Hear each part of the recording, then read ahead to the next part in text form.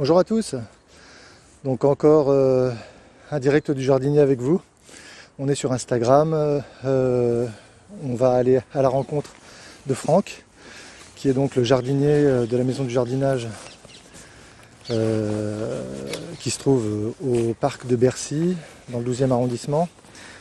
Aujourd'hui, je crois qu'on va parler de ce qu'on appelle communément les mauvaises herbes, mais je crois que Franck n'aime pas beaucoup qu'on appelle ces herbes-là comme ça. Bonjour Franck. Bonjour à tous. Comment vas-tu? Ça va?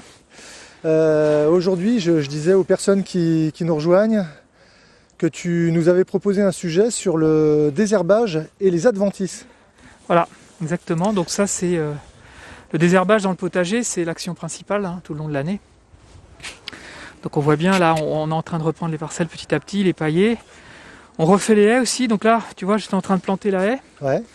Donc c'est une haie de fusain japonais, Euonymus japonica microphyllum. Donc c'est des petits fusains qui vont être taillés à 40 cm de haut. Donc voilà, je suis en train de faire ça. Et du coup, quand j'arrive sur le terrain, en fait, tu vois, je me retrouve avec des herbes, on va dire, indésirables. Alors il n'y a pas de mauvaises herbes dans l'absolu, il n'y a pas de mauvaises herbes. Elles sont toutes... Je disais aux amis qui nous suivent qu'on appelle ça généralement des mauvaises herbes, mais voilà. Tu m'as déjà dit qu'il n'y avait pas de mauvaises herbes. Voilà. Donc, sinon, on appelle ça des adventices. Exactement. Voilà. Donc, et là, celle qu'on trouve le plus dans le jardin, alors si tu vois, regarde, si tu peux regarder, Bien sûr, attends, on va faire le tour. Je vais zoomer. Qu'est-ce que tu essaies de montrer? Celle-ci là? Voilà, les grandes herbes là, tu vois, toutes ces herbes là. Là, c'est ce qui envahit en ce moment, même derrière toi. Et tu vois, voilà. Alors ça c'est de la mauve. D'accord, alors ça, c'est ça. Voilà. Alors ça c'est en train de... Voilà, cette herbe-là, c'est de la brome stérile, Bromus sterilis. Et si tu regardes un peu, viens, tu vois le jardin un peu, en ce moment on est envahi. Tu vois, voilà. Ah oui. Toute cette herbe, tu vois, regarde. Et c'est la même, c'est la brome stérile. Voilà, c'est la brome stérile. Il y en a partout, je sais pas donc si vous voyez. Voilà, regarde. Tu vois, avec les épis caractéristiques. Ouais, on les voit. Regarde ceux-là. Voilà. Ouais. Donc en fait... Avant on appelait ça, quand on voyait ça dans les champs, on appelait ça de la fausse avoine. Et on appelle ça brome stérile parce qu'elle poussait parmi les cultures, quand on ne traitait pas avec les pesticides, mais elle donnait rien de bon. Donc quand on dit brome stérile, c'est qu'elle était stérile pour l'homme, c'est-à-dire dans le sens où elle ne donnait pas quelque chose que l'homme pouvait manger, alors qu'elle poussait parmi les cultures. Et donc là, tu vois, il y en a partout. on a en champ. Et a priori, cette invasion est due... on a cherché, parce que c'est la première année que tu vois, il y en a partout. Ouais. Et on a, tu vois, là-bas, c'est bien nettoyé. Et là, on va arriver ici, on va continuer là. Bien sûr. Mais comme tu nous as expliqué plusieurs fois auparavant, les conditions sanitaires font que vous n'accueillez plus public, il n'y a plus toute l'équipe en présentiel sur site. Ouais. Donc du coup, c'est beaucoup plus compliqué. Mais surtout, pourquoi cette herbe elle est arrivée comme ça et qu'on n'a pas d'habitude. Alors on a réfléchi un petit peu, on s'est dit mais si ça se trouve c'est dû au premier confinement, puisque le parc pendant 2 mois et demi, 3 mois, il a été entretenu à minima, puisqu'il y avait très peu de personnes, nous on n'était pas là. Et donc c'était en plus le moment où toutes les graminées sortent, enfin toutes les plantes sortent, puisque c'était mi-mars jusqu'à mi-mai. Et donc c'est des plantes qui d'habitude dans les jardins, elles sont tondues. Ou même si c'est des prairies, comme à côté là. Ouais. Et donc du coup, elles ont pu monter à graines. Et donc on a eu un stock de graines qui a été disséminé à ce moment-là et qui germe aujourd'hui. Et oui, puisque c'est l'époque. Partout, ouais. Voilà. Okay. Donc voilà la première adventice. Là tu me dis que cette année c'est l'année où vous en avez le plus. Oui. D'habitude c'est quoi que vous aviez? On en a, mais beaucoup moins. C'est pas celle qui domine. Et tu vois, on n'en a pas autant. C'est surtout au niveau de la quantité. D'accord. On a plein de types d'herbes. À cette époque-ci, souvent, on était un petit peu envahi par la nigelle de Damas. Ouais. Alors il faudra que tu me montres. Alors voilà, regarde. Je pense que même pour les personnes qui nous regardent, c'est pas d'accord. On les reconnaît de vue. Mais alors, moi, je connaissais pas. Là, elle est. Ça. C'est la nigelle de Damas. Voilà. Alors c'est la nigelle de Damas qui n'est pas mature, parce qu'elle monte comme ça et elle fleurit. Elle a un feuillage plus coriace, plus détaché et un vert plus foncé. Donc là, on voit qu'on en a, tu vois, on en a partout comme ça. Partout, ouais. Et donc, elle a tendance à envahir un peu le terrain puisqu'elle avait été semée. C'est une plante annuelle qui se sème et elle se ressème. Et les graines restent dans le sol parce qu'elle fleurit, elle va fleurir au début de l'été. Et puis elle reste fleurie tout l'été. Et puis du coup, après, il y a les graines et après, elle se ressème sur place. Donc du coup, ça repart. Voilà, c'était un peu celle-là, tu vois, on en voit un petit peu partout. Ouais, il y en a partout aussi. Sinon, ce qu'il y a aussi, ce qu'on trouve beaucoup dans les jardins, c'est l'amium, là, l'amium pourpre. D'accord. Oui, il y en a partout là aussi. Voilà. Ici, ça pousse assez bien. Alors, on a des sols assez frais, c'est-à-dire qui retiennent beaucoup l'eau ici, hein, dans le potager de Bercy. Donc ça donne une indication de ce qui peut pousser dans des sols plutôt humides. Et du coup, je me pose la question, tu disais oui, effectivement, on appelle cette plante stérile parce qu'elle n'a aucun intérêt pour l'homme. Est-ce que ça veut dire que certaines plantes adventices ont des bénéfices pour l'homme? Oui. D'accord, tu vas nous en parler peut-être? Oui. Cool. Par exemple, alors on va passer là, tu vois, là, on a encore de la brome, ouais. Du lamium pourpre, voilà. Oui, on en voit beaucoup. Alors là, on a aussi, en ce moment, on a pas mal le gaillet gratteron. Je sais pas si le gaillet gratteron. Le gaillet gratteron. Voilà. C'est une plante qui s'attache. Tu sais moi quand j'étais gamin, on se jetait ça, ça colle aux vêtements. D'accord. Comme le scratch. Voilà. Le scratch. Et en fait, c'est un moyen de distinction de la plante. D'accord. C'est-à-dire qu'elle s'accroche si les animaux passent. Alors il y en a des plus grandes là-bas. Je peux aller t'en montrer. Tu vois, je sais pas si on voit bien sur ce que ça donne sur l'écran. Là, il y en a. Du coup, on se déplace pas mal, mais voilà. Tu vois, ça devient, ça se. J'enlève le fil. Voilà, c'est ça, en fait. Ouais. Oui, là, il y en a. Et alors là, on se rend pas compte, mais ça s'attache aux vêtements. Alors là, voilà. Ça s'attache, je confirme. Ah. D'accord. Ça me rappelle, il y avait eu un live sur c'est Diane à la maison Paris Nature qui avait fait quelque chose sur les... je me rappelle plus. C'est sur la partie scientifique qui a récupéré des choses de la nature pour créer pour faire de l'innovation. Oui. Le biomimétisme. Voilà. Donc là, effectivement, du coup, les scratchs, c'est des petits crochets, en fait, qui peuvent s'accrocher. Il y a un tout petit crochet dessus si on regarde au microscope, enfin même avec une loupe. Alors il y a une autre herbe qui est intéressante là, celle-là, je ne sais pas si vous l'avez déjà vue. Laquelle? Ça c'est un géranium qui s'appelle le géranium herbe à Robert. Herbe à Robert. Ouais. Alors ce qui est intéressant, c'est que il fait des petites fleurs de géranium roses en été et il résiste à tout en fait. Il résiste à la sécheresse, il pousse sans eau, enfin c'est... Et là il est décoratif aussi par ses tiges rouges. Par ses tiges. Alors il y a des vertus, j'en profite pour montrer. C'est dur de suivre. Parce qu'en fait... Tu vas très vite là. Ouais. En fait, nous on a un livre qui nous permet surtout ici de reconnaître les herbes, c'est-à-dire que chaque fois qu'on va désherber, enfin pas à chaque fois, mais souvent quand on a une question, on se questionne sur une herbe, une adventice, on essaie de les reconnaître. Parce qu'elle nous donne aussi des indications sur le sol. Bon, on connaît notre sol, donc on sait de quoi il retourne, mais ça permet en fait de reconnaître tu vois, toutes les herbes par couleur. Et tu vois, tu as des thèmes, alors les arbustes. Et voilà, par exemple, là, tu as les graminées. Et ce qui est bien, c'est que celui-là, c'est Sauvage de Maru, guide des plantes sauvages des villes de la région parisienne. Donc c'est vraiment ciblé et on trouve beaucoup de choses, notamment au potager. Donc par exemple, l'herbe à Robert, je ne sais pas si elle est dedans, on va voir. Elle fleurit rose. Avec ce livre, n'importe quel Parisien peut retrouver le nom de la plante qu'il voit au pied de son bâtiment. En gros, c'est Géranium robertianum, le nom. Géranium robertianum. Ouais. 218. Donc c'est un géranium. Je vais voir les vertus de la plante. 218. Hop, voilà, ça c'est l'intérêt aussi, voilà, tu vois. Les différents géraniums qu'on trouve sauvages. Et il est là. Voilà. Géranium Herba Robert. Ouais. Donc, tu vois, avec une feuille caractéristique. Ouais. Alors elle est très odorante. Et alors ce qui est intéressant dans ce petit livre-là, c'est qu'on a aussi les propriétés usages. Donc la racine est riche en tanins. Et elle a pu servir pour tanner le cuir. D'accord. Et on peut faire une huile essentielle aussi pour soigner les plaies infectées. D'accord. Voilà. Donc de mémoire, on ne se rappelle pas forcément de toutes les vertus des plantes. Mais du coup, c'est bien d'avoir un petit guide pour se les rappeler.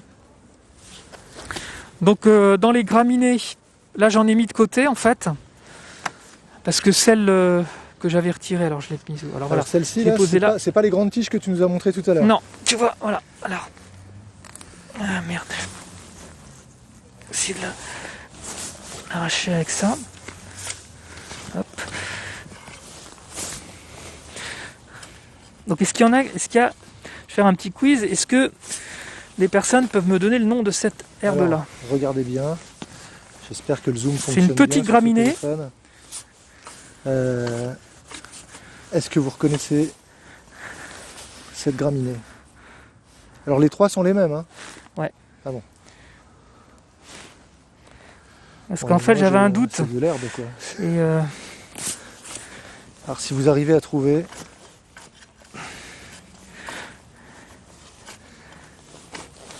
Eh bien vous méritez le guide des plantes sauvages de la ville. Alors en sachant que ce guide des plantes sauvages, Sauvage de ma rue, il n'est plus édité. Ah. Donc on le trouve que d'occasion. D'accord. Mais c'est un super bouquin. Et quelqu'un qui nous souffle chien dent. Non. C'est pas du chien dent.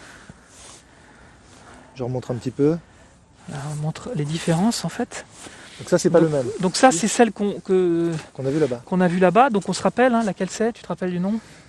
C'est la brome stérile. La brome stérile, c'est ça. En latin, bromus sterilis. Ouais. Voilà, on appelle ça aussi la fausse avoine. La fausse avoine. Voilà. C'est pas du tout de l'avoine en fait. Donc, est-ce que quelqu'un a trouvé cette petite graminée? Non. Donc ce qui est important, vous savez comment on reconnaît les plantes, hein, on les reconnaît in fine par la fleur. Donc là, une fleur pyramidale. Ouais. Et un pied. Voilà. C'est là aussi quand on arrache une plante, vous voyez, cette motte de terre, elle tient qu'avec les racines. Donc cette petite plante-là, elle a un réseau de racines hyper puissant en fait. Elles sont toutes fines, mais elles agglomèrent la terre très fortement. Donc elles résistent à la sécheresse comme ça. Parce qu'elles ont un faisceau de racines très dense, qui va aller dans toutes les infractuosités. On voit bien là, quand je tire. Ah, quelqu'un me dit fétuque. Non. Non plus.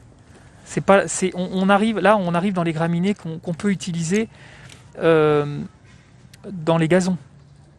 Donc, dans les gazons, il y a les régras anglais, régras italien, les fétuques rouges, fétuques ovines. Et qu'est-ce qu'on a en petit fin comme ça? Bon, si vous ne trouvez pas, je vais vous le dire. Non, là je crois que tout le monde sait. C'est le pâturin. Le pâturin. Le pâturin des prés. Alors celui-là, c'est le pâturin annuel. Voilà, c'est une annuelle qui se ressème. Et voilà. Donc elle est en fait ces deux herbes-là, dans la parcelle ici, et tu vois, elles sont entremêlées. Au pied, on a des pâturins et dessus, on a des bromes stériles. En fait, moi, c'est juste la taille qui me permet de les reconnaître. Sinon, après, in fine, c'est la fleur. D'accord. Donc ça, les graminées, c'est un monde. Hein. Il y a plein d'herbes. Alors, à la ville de Paris, on avait fait un petit catalogue, pas édité, hein, mais un petit catalogue pour reconnaître. Alors, c'est un truc qu'on a fait il y a longtemps. Voilà, on avait la liste de toutes les plantes indésirables qu'on pouvait trouver, en tout cas les plantes adventices qu'on pouvait trouver dans le potager. La saponaire. Alors la saponaire, vous voulez voir la saponaire? Attends, si tu as de la saponaire, je ça n'a rien à voir avec la saponine. Si. Ah, il y a de la saponine dans la saponaire. Eh oui. La saponine, c'est une molécule qui est très prisée des gens qui font leur lessive eux-mêmes. Donc on en a là qui est pas. Alors elle va fleurir en été. Voilà. Enfin à partir du mois de juin. Voilà. D'accord. Donc ça, la saponaire, c'est traçant, c'est presque envahissant quand on en a. Oui, on a tout un massif. Et ça monte à ça. Donc à peu près à 50 cm de hauteur. Ouais. Et ça fait des fleurs roses. Alors la caractéristique, c'est que, voilà, tu vois, regarde, là, on va faire un test. Vous allez comprendre, saponaire, saponine. Ouais. Il y avait des marques à l'époque. Voilà, là je me les lave à l'eau. Bon, j'arrive pas à détacher la terre, tu vois. Bon, je prends une. Alors là, elles sont pas. Je prends une feuille. La saponaire, je la mouille. Voilà. Et en fait, je sais pas si on le voit. Ça mousse. Ça mousse. Un petit peu, Et du coup, moi, je le vois. regarde. Je le vois, mais je sais pas si. Regarde. Dites-nous si il y a la mousse. Ouais. Voilà. Tu vois la mousse. Il y a de la mousse. Ouais. Bon, et ben ça, avec ça, je me lave les mains. Super. Alors tu vois, parce que c'est nickel en fait. Inutile, hein. Donc on faisait du savon avec. Alors c'était surtout les racines qui étaient utilisées pour faire des lessives. Il y avait d'autres choses qui étaient mélangées avec. Mais il y avait cette base là en fait. Et tu vois là quand on frotte, attention, voilà, regarde la mousse verte. Ouais, on la voit. Et en fait. Alors je sais pas si la mise au point se fait correctement. Bon. Donc bientôt on aura une très bonne image. Voilà, sur le tu vois, lac du regarde. Jardinier. Regarde. Ouais. Voilà, je me lave les mains comme ça. Voilà, grâce à une mauvaise herbe. Elle n'est pas mauvaise, il n'y en a pas de mauvaise. Grâce à une adventice. Puisque du coup, nous, on l'a mis à côté de la fontaine. Parce qu'en fait, elle poussait, c'est Saponaria officinalis. Ouais. C'est une herbe qui pousse, qui pousse spontanément. Mais ici, elle a été introduite pour en parler. Voilà, pour en faire la démonstration. D'autres exemples de mauvaises herbes que tu rencontres généralement dans ton potager ici? Alors, ouais, on va. Donc j'ai. Après, est-ce qu'il y a des questions sinon? Est-ce que vous avez des questions? Non. Alors justement, les gens se demandent, oui, il y a quelqu'un qui a parlé de la saponaire. Non, mais qui pensait que la plante là-bas était une saponaire. Mais non. Laquelle? Celle qu'on a vue là-bas, je crois. Hein. Ah bon? C'est Barthes qui dit saponaire. Donc voilà, sinon on peut faire le tour et puis voir un petit peu... Parce que tu vois, par exemple ici, on voit bien que le gailligratron, il pousse, il est mélangé, il pousse avec les autres plantes. Ouais. Donc il grimpe par-dessus, puis après il s'étend comme ça et il recouvre. Et du coup, quand toi tu plantes, on va continuer à regarder, quand tu plantes ce que toi tu veux dans ton jardin et que tu as comme ça une recrudescence d'herbes que tu n'as pas demandé, qu'est-ce que tu fais? Parce que finalement le sujet c'est aussi le désherbage. Tu veux en parler après? Tu veux l'aborder non, mais, après, non, mais comme on je veut. une question. Ouais. Le désherbage c'est la base des cultures, c'est-à-dire que quand tu cultives un espace donné, la surface n'est pas extensible. Tu veux cultiver une surface donnée, donc sur cette surface, tu vas enlever ce que tu n'as pas envie, ce qui va te gêner, et tu vas mettre ta culture à la place. Donc c'est la base de l'agriculture en fait, le désherbage. Donc la première chose en fait, c'est que tu le fais toi-même. Tu as des herbes, tu les enlèves. Donc soit tu prends une binette, une serfouette, enfin des outils qui vont gratter le sol et enlever les herbes. Soit tu les enlèves à la main. Alors on va utiliser les outils quand tu as vraiment des toutes petites pousses, tu vois. C'est-à-dire que c'est ça aussi la base du jardinage, c'est la régularité. Si tu veux que ton jardin il soit, ça ne demande pas trop d'efforts, ouais, et qu'il soit pas trop difficile à entretenir, il vaut mieux y aller 5 minutes par jour que 4 heures par week-end. Bien sûr. Voilà. Parce que ça veut dire que quand ça va, toutes ces herbes-là vont démarrer, c'est en ce moment. Si tu prépares un sol qui est nu et tu as une culture, tu passes avec ta serfouette ou ta binette autour et tu enlèves des petites herbes comme ça. Et tu les laisses sur place, ça se redécompose. Par contre, si tu attends, tu arrives à ça. Tu vois. Surtout, ça te donne la grosse motte de terre qu'on a vue tout à l'heure et du coup, tu vas faire travailler. Et on voit bien, tu vois, si je laisse pousser carrément les graminées, j'ai presque un gazon. C'est une pelouse. Voilà. Donc là, on a un mélange de poa annuel, de pâturin annuel, il y a même du gailligratron, il y a de la brome stérile qui monte, là on voit les tiges comme ça. Ouais. Il y a des euphorbes aussi. Il y a une euphorbes réveil matin là. Alors l'euphorbes, elle fait partie des adventices. Oui. Ce qu'on appelle l'euphorbes réveil matin, celle-là. Ouais. D'accord. Le chien-dent fait partie des adventices, on est d'accord. Oui. Parce qu'on a quelqu'un qui nous pose la question, mais qu'est-ce qu'on en fait, comment on peut... Alors de quoi? Du chien-dent Le chien-dent, oui. Que faire du chien-dent? Le chien-dent, il faut pas le laisser, il faut l'évacuer parce que en fait c'est des racines, des racines très fines mais rhizomateuses, c'est-à-dire que elles continuent de pousser. Donc quand on a du chien-dent dans un terrain, en fait, il faut vraiment aller les déterrer et puis les évacuer. Il ne faut pas les laisser sur place. D'accord.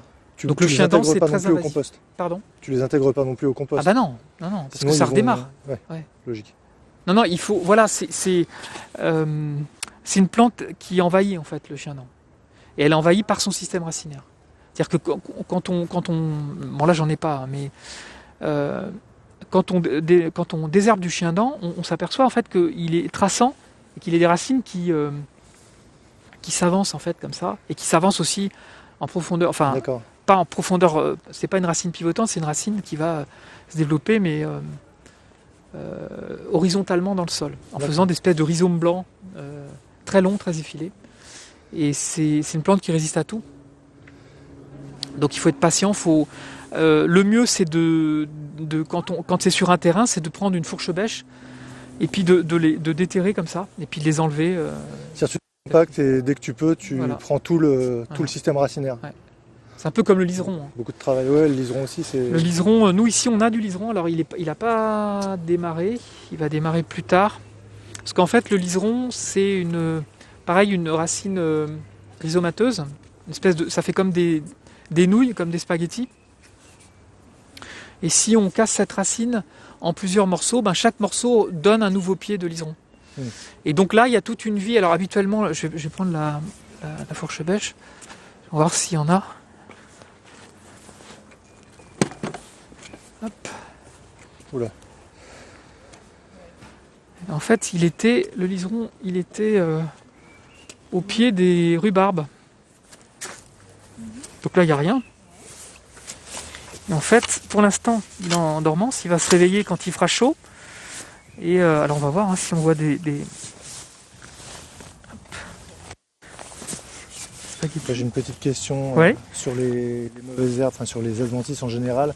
On a Ronarinaer qui nous demande si quand tu plantes dans ton jardin des fleurs et quand a priori tu ne désires dans ton jardin que les fleurs que tu as plantées, est-ce que tu peux laisser pousser les herbes, donc elle appelle ça les herbes non désirées, mais les herbes qui ont poussé spontanément, est-ce que tu peux les laisser sans risque pour ce que toi tu as planté? Ça dépend quel type d'herbe. Si c'est du chien-dent, non, parce qu'il va tout envahir et il va du coup envahir tes plantations.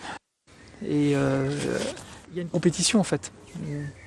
Et puis pour certaines autres herbes, tu peux les accepter, mais il faut les maîtriser parce qu'en fait, ce que tu vas semer ou planter, c'est quelque chose que l'homme a créé. C'est-à-dire c'est des plantes hybrides qui ont été améliorées, mais donc que tu fragilises.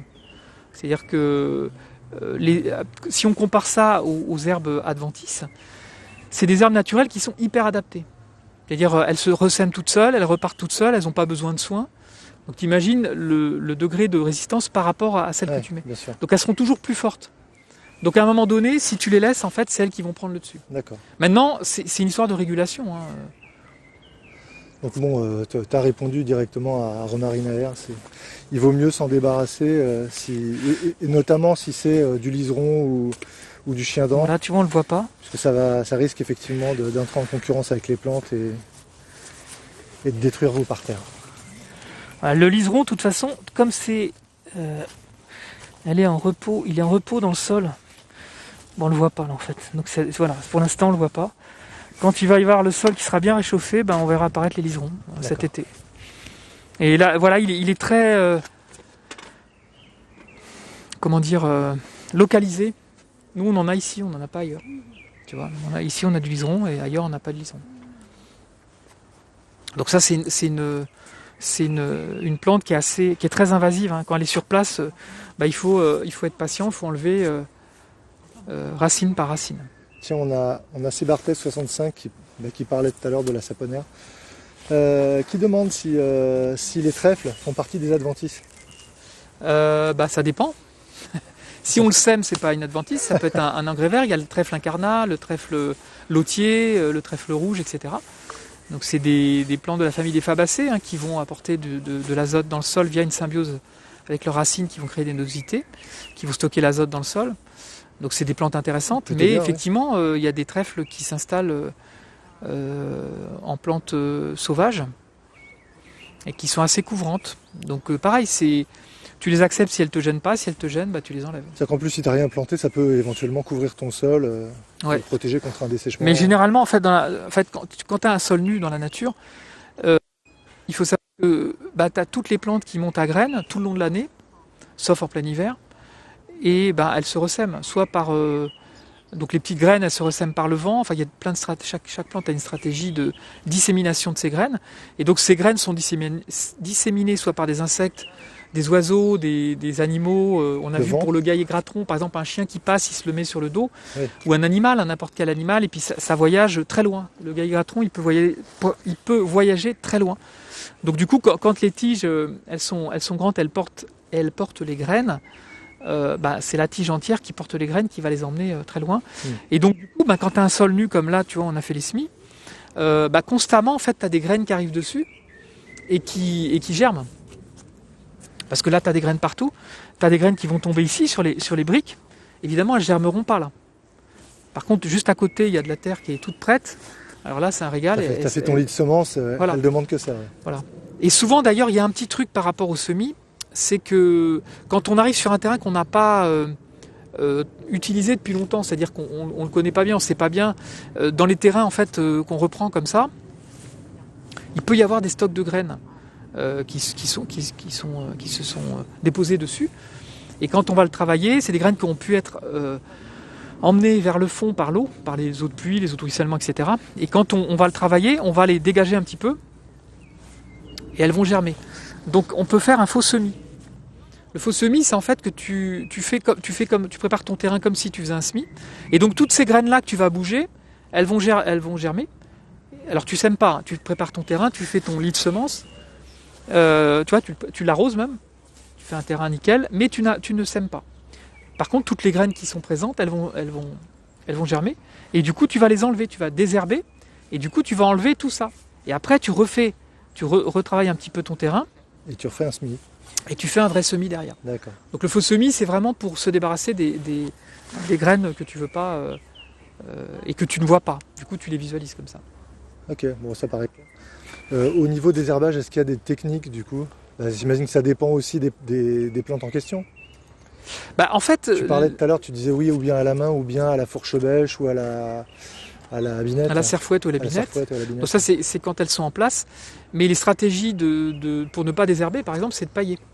Tu vois, quand tu fais un paillage comme ça, qui est suffisamment profond, donc un bon paillage de protection, il fait 10-15 cm. Tu vois. Oui, là, il n'y a rien qui... Tu vois, regarde la profondeur. Donc là, je suis à 10, je suis à presque 15 cm là, tu vois. Ouais. Bon, là, même s'il y a une herbe qui veut germer, elle va monter 1 cm, 2 cm, 3 cm, mais à un moment donné, elle n'aura plus la force sans lumière. Ouais. Voilà, elle n'aura plus la force sans lumière de dépasser 15 cm. Donc ça, c'est un moyen, en fait, tu vois, là quand tu remontes un petit peu, tu vois que par rapport aux herbes qui sont là-bas, tout était comme ça, en fait. On a vraiment été envahi par toutes ces bromes. Et donc, petit à petit, on a nettoyé les parcelles pour s'en servir. Donc, pour faire des cultures dessus. Un petit mur, donc voilà, ça c'est un des moyens. Il y a un autre moyen pour couvrir. Le but, c'est de couvrir le terrain. Parce que comme je disais tout à l'heure, quand tu as un terrain comme ça, avec de la terre qui est toute prête, tu as les graines qui vont arriver dessus, qui vont germer. Et ça va être envahi rapidement par des graines. Alors c'est pas mauvais en soi pour le sol, puisque tout système racinaire qui colonise le sol va le décompacter, va apporter de la vie, puisque là où il y a le plus de bactéries dans le sol, c'est au niveau des racines. Et ces bactéries, elles vont aider à décomposer les matières organiques, donc toutes les matières qui sont issues du vivant.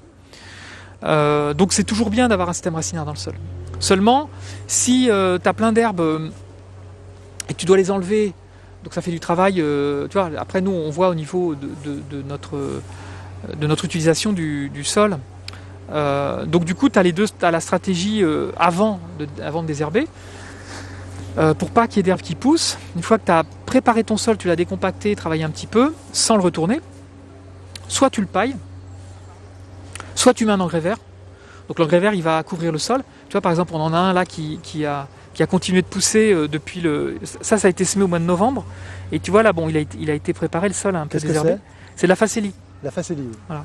Donc ça, c'est de la facélie qui a été semée au mois de novembre et qui a survécu à l'hiver et qui est là. Alors normalement, ça couvre tout le sol. Le principe des engrais verts, c'est vraiment la couverture du sol. Donc du coup, ça empêche les adventices de pousser puisque ça couvre tout. Et en même temps, ça développe un système racinaire suffisamment profond pour aller chercher tous les éléments nutritifs qui ont été lessivés au fond du sol. Ça les ramène dans ces parties aériennes et quand on les fauche ou quand on les aplatit, elles vont redonner ces matières nutritives en surface. Elles vont être accessibles pour les cultures d'après. Ok. Voilà. Parfait. Écoute. Il n'y a pas d'autres questions ? A priori non. Si vous avez des questions, n'hésitez pas à les poser. On est encore en direct. Bon, après, là, c'est vraiment une petite lucarne. Hein. Mais le monde des plantes sauvages est infini. Hein. Tu vois, par exemple, là, on regardait sur des terrains, mais quand tu regardes un petit peu, tu vois ici, sur des murets, il y a des plantes qui arrivent à pousser. Hein. Tu vois, là, on a encore des pâturins, tu vois, que la fleur est typique. On les voit. Ouais. Le pâturin annuel, en fait, lui, il y a une graine qui se met dans un interstice, et elle arrive à pousser, tu vois. Tu vois, là, pareil, tu as des petites herbes qui arrivent à pousser sur rien, quoi. Ouais, ça, c'est la vie, en fait. Ce que je retiens quand même, c'est que sur les adventices, il faut un minimum de connaissances avant de désherber, puisque tu en as certaines qui sont utiles, d'autres, comme la brune stérile. Elles ont toutes leur utilité dans l'absolu. Pour l'homme, tu nous as montré tout à l'heure l'herbe à Robert. Ouais. Qui avait des vertus presque thérapeutiques. Enfin, tu vois, ça permet de soigner des plaies infectées. Alors que la brome, à part le fait qu'elle décompacte effectivement au niveau de sa racine ou qu'elle apporte de la vie dans la terre, l'intérêt est moindre pour l'humain. Oui, on peut dire ça comme ça. Du coup, ton livre, en tout cas, le fait de se renseigner sur ce qui pousse sur son jardin, c'est toujours utile, quoi. Alors, avant de terminer, je vais montrer quand même une dernière plante, parce qu'elle a un intérêt, c'est la cardère. Donc c'est cette plante-là, qui est encore jeune. Tu vois là, elle a poussé, elle s'est quand même bien planquée. Hein. Elle a poussé au milieu là. Donc tu vois les feuilles comme ça. Donc ça c'est une cardère. Voilà. Et donc là, tu vois, t'as des piquants sur les feuilles. Ouais. Donc ça va devenir une plante qui va pousser à plus d'un mètre, 1,50 m de haut. D'accord. Sa particularité, quand elle sera grande, elle va faire une tige qui va se lignifier un petit peu. Et à l'aisselle de ses feuilles, elle va garder l'eau. Donc en fait, c'est une plante qui est utile pour les oiseaux dans un jardin, parce qu'elle va avoir des réserves d'eau pour les oiseaux. Et alors elle a un autre intérêt, c'est que c'est une plante avec une racine pivotante. Donc en fait, elle fait un gros pivot très profond. Donc du coup, un pissenlit. Voilà. Et donc du coup, elle décompacte le sol là où elle est, puisqu'elle pousse et elle va en profondeur. Et en plus, elle a, tu vois, je ne sais pas si on le voit ici, mais son feuillage, en fait, il va vraiment couvrir. Bon, là, on l'a un peu dérangé, mais son feuillage, il va vraiment couvrir la surface du sol. Et si on laisse un endroit où ces plantes-là, on les laisse pousser dans un endroit et on les laisse se disséminer au même endroit, en fait, il n'y aura que ça qui va pousser. Et donc, il suffira, quand on décide d'utiliser le terrain, de les enlever. Et on n'aura rien en dessous. Donc des fois, tu vois, il y a des stratégies aussi de laisser une plante qui va faire le travail à ta place, sauf qu'à un moment donné, il faudra l'enlever, mais il n'y en aura qu'une. Oula, alors attends, je relève les yeux de mon écran et il y a des messages qui arrivent. Alors je suis désolé pour le délai, parce qu'en même temps, vos messages arrivent avec du lag, avec un décalage par rapport au live. Donc il y a quelqu'un qui nous demande... alors qui nous parle de la rue, que la rue est très bien pour traiter les verrues. Probablement le latex, pas le latex, mais la sève doit être utilisée pour ça. Et alors quelqu'un, MF2915, qui demande si quand on désherbe, on peut laisser en place. Je pense que quand elle dit, ça dépend. Il dit, on laisse en place, c'est les cultures qu'on a fait auparavant.